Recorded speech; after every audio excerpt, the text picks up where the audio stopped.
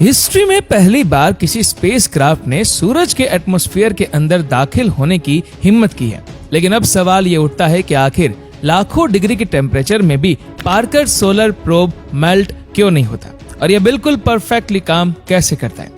आप जानकर हैरान रह जाएंगे कि सूरज की सतह यानी उसकी सरफेस का टेम्परेचर तो 5500 डिग्री सेल्सियस है, जबकि उसकी सबसे आउटर एटमॉस्फेरिक लेयर कोरोना का टेम्परेचर हैरत अंगेज तौर पे 5 लाख डिग्री सेल्सियस से भी ज्यादा है, यानी सूरज की सतह से भी कम से कम 100 टाइम्स ज्यादा। और इस फिनोमेना को जानने के लिए नासा ने एक मिशन का आगाज किया। 12 अगस्त 2018 के दिन पार्कर सोलर प्रोब को कैप कैनेवरल एयरफोर्स स्टेशन से लॉन्च किया गया। इस मिशन के लिए नासा ने 8 सालों का टाइम प्लान किया है। सूरज के सबसे क्लोज पॉइंट तक जाने के लिए वीनस का सहारा 24 बार लिया जाएगा। वीनस का सहारा इसलिए किया जाएगा क्योंकि सूरज और अर्थ के बीच का डिस्टेंस 150 मिलियन किलोमीटर है। इसीलिए नासा के एक्सपर्ट्स ने फैसला किया कि पार्कर प्रोब को सूरज पर भेजने से पहले इसको वीनस भेजा जाएगा, क्योंकि वीनस सूरज की तरफ अर्थ से ज्यादा नजदीक है।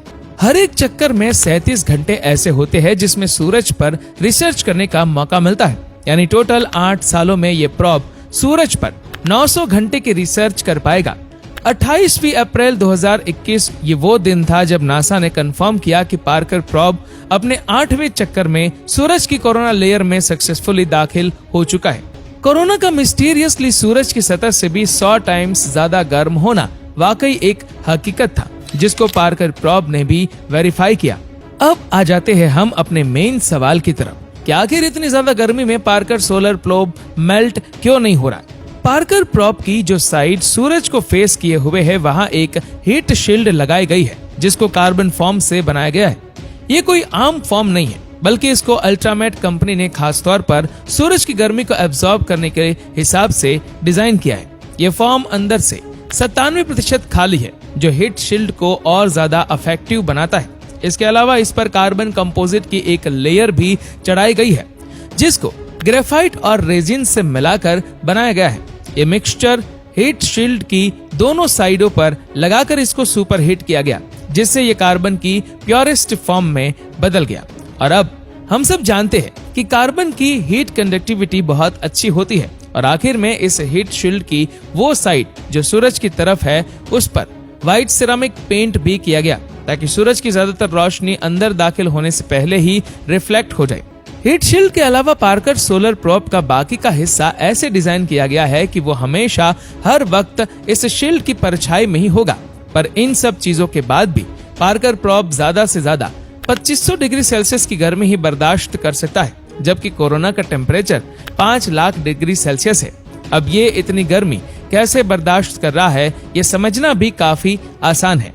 लॉ ऑफ थर्मोडायनेमिक्स के मुताबिक हीट को ट्रांसफर होने के लिए भी कोई मीडियम चाहिए। जैसा कि गर्मियों में अर्थ पर हवा में मौजूद पार्टिकल्स और वेपर्स अपने अंदर गर्मी लेके चलते हैं, जिनकी वजह से हमें रात के वक्त भी गर्मी लगती है।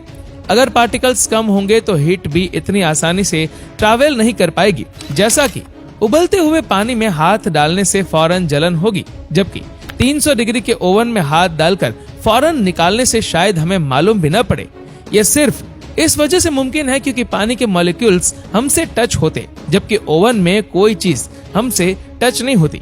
एक्सपर्ट्स का कहना है कि पार्कर सोलर प्रोब की हीट शील्ड पर 1200 डिग्री सेल्सियस होता है, जबकि उसका पिछला हिस्सा जहां सूरज की रोशनी नहीं लगती वहां टेम्परेचर माइनस में होता है, क्योंकि वहां कोई पार्टिकल्स नहीं है जो हीट को ट्रांसफर कर सके।